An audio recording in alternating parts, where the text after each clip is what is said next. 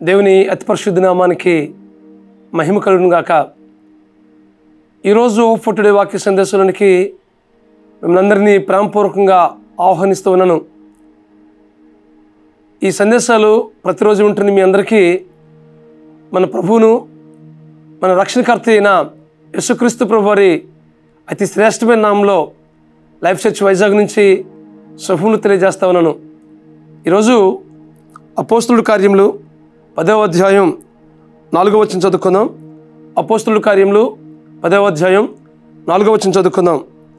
నీ ప్రార్థనలను, నీ ధర్మ కార్యములను దేవుని సన్నిధికి జ్ఞాపకార్థముగా చేరినవి.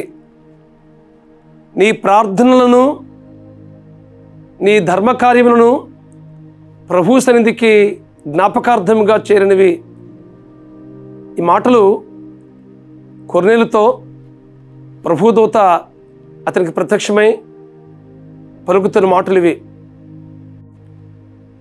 కొర్నేలి చాలా భక్తిపరుడైన, రోమా ప్రభుత్వంలో శతాధిపతిగా పనిచేస్తూ ఉన్నాడు.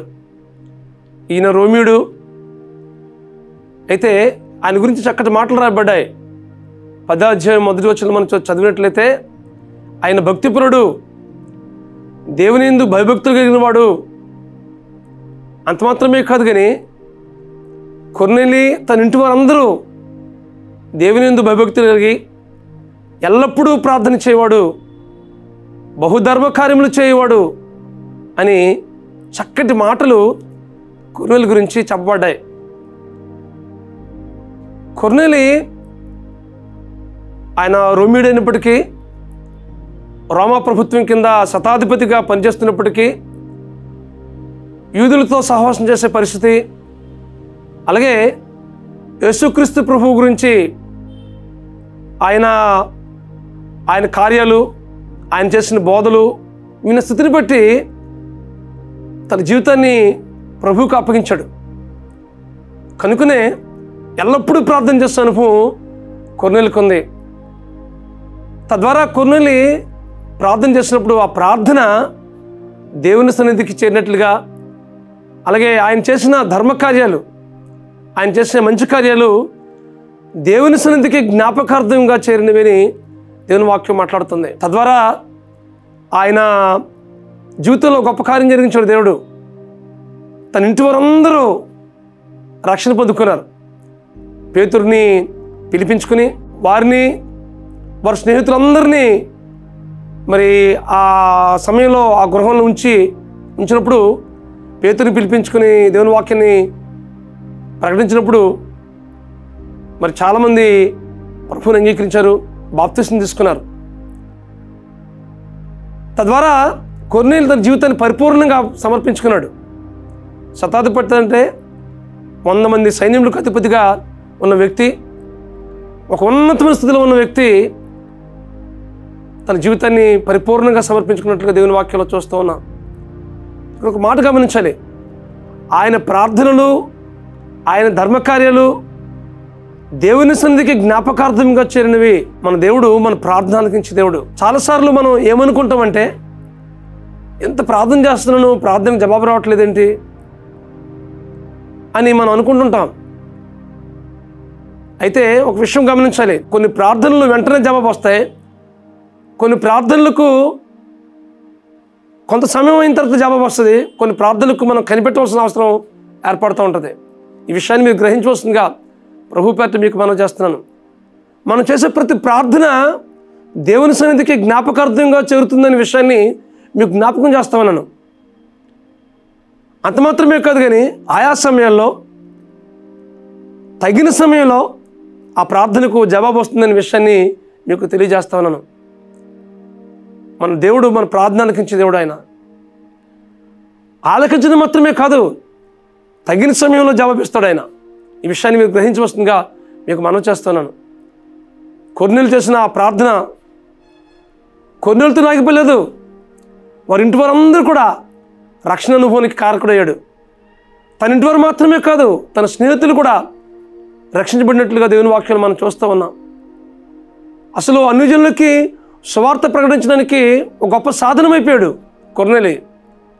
అందుకోసమే అంతవరకు పేతురు కేవలం యూదులకు మాత్రమే సువార్త ప్రకటించాలనుకున్నాడు. కానీ ఎప్పుడైతే కొర్నేలు ద్వారా మరి దేవుడు గొప్ప కార్యం చేస్తాడో, కొర్నేలుతో దేవుడు మాట్లాడాడు, పేతురుతో దేవుడు మాట్లాడాడు. తద్వారా యేసుక్రీస్తు అందరికీ ప్రభువుని పేతురు ప్రకటించాడు. అన్ని జనులకు సువార్త ప్రకటించబడ్డది. కాబట్టి వాక్యం ఉంటుంది మీ జీవితంలో. మన ప్రార్థనలు, మనం చేసే ప్రతి కార్యము దేవుని సన్నిధికి చేరుతుందనే విషయాన్ని మీకు జ్ఞాపకం చేస్తున్నాను. జ్ఞాపకార్థంగా చేరుతుంది. అవి ఇంత ప్రార్థన చేస్తున్నాం, జవాబు రావట్లేదని విసుగు చెందిన అవసరం లేదు.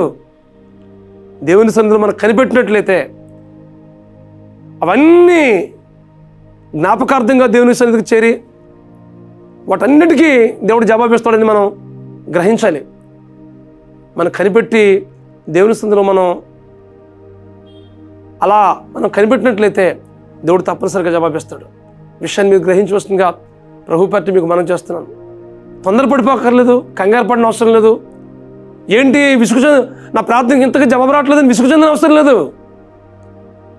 కనిపెట్టి ప్రార్థనలో మనం ఎదురు చూస్తున్నప్పుడు దేవుడు తప్పనిసరిగా మనకు జవాబిస్తాడు. మన ప్రతి ప్రార్థన ఆయన సన్నిధికి జ్ఞాపకార్థంగా చేరుతుందనే విషయాన్ని మీకు జ్ఞాపకం చేస్తా ఉన్నాను. కాబట్టి మన ప్రార్థన వృధా కాదు, మనం చేసే కార్యాలు వృధా కాదు. ఒకవేళ మనుషులు నన్ను గుర్తించట్లేదని అనుకుంటున్నామేమో, ఎవరు గుర్తించినా దేవుడు నిన్ను జ్ఞాపకం చేసుకుంటున్న విషయాన్ని మీకు జ్ఞాపకం చేస్తున్నాను.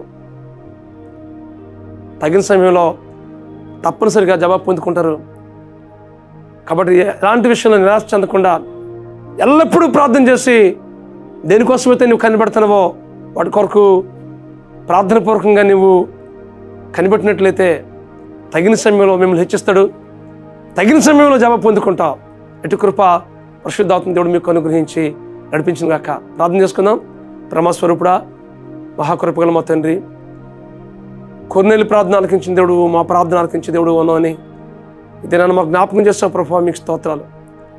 నీ ప్రార్థనలు, నీ ధర్మకార్యములు ప్రభు సన్నిధికి జ్ఞాపకార్థంగా చేరినవి అనే విషయాన్ని మాకు జ్ఞాపకం చేస్తావు ప్రభువా. అవును ప్రభు, మా ప్రార్థనలు కూడా మీ సన్నిధికి జ్ఞాపకార్థంగా చేరినవని, దానిని తగిన సమయంలో ఇస్తామని మీ కొరకు మేము కనిపెడుతున్నాం ప్రభువా. మా ప్రియుల జీవితంలో ఏ విషయంలో అయితే ప్రార్థనాపూర్వకంగా కనిపెడుతున్నారో వాటన్నింటినీ తగిన సమయంలో అనుగ్రహించి వీరి జీవితం ద్వారా మీరు మహిమ పొందమని మా ప్రభువును మా రక్షకుడునైన యేసుక్రీస్తు నామములో ప్రార్థించి వేడుకుంటున్నాం మా పరమ తండ్రి. ఆమేన్, ఆమేన్, ఆమేన్. దేవుడు మిమ్మల్ని బహుగా దీవించి ఆశీర్వదించి నడిపించట్లో పరిశుద్ధాత్మ దేవుడు సహాయం చేసి నడిపించును గాక. God bless you friends. Have a wonderful day.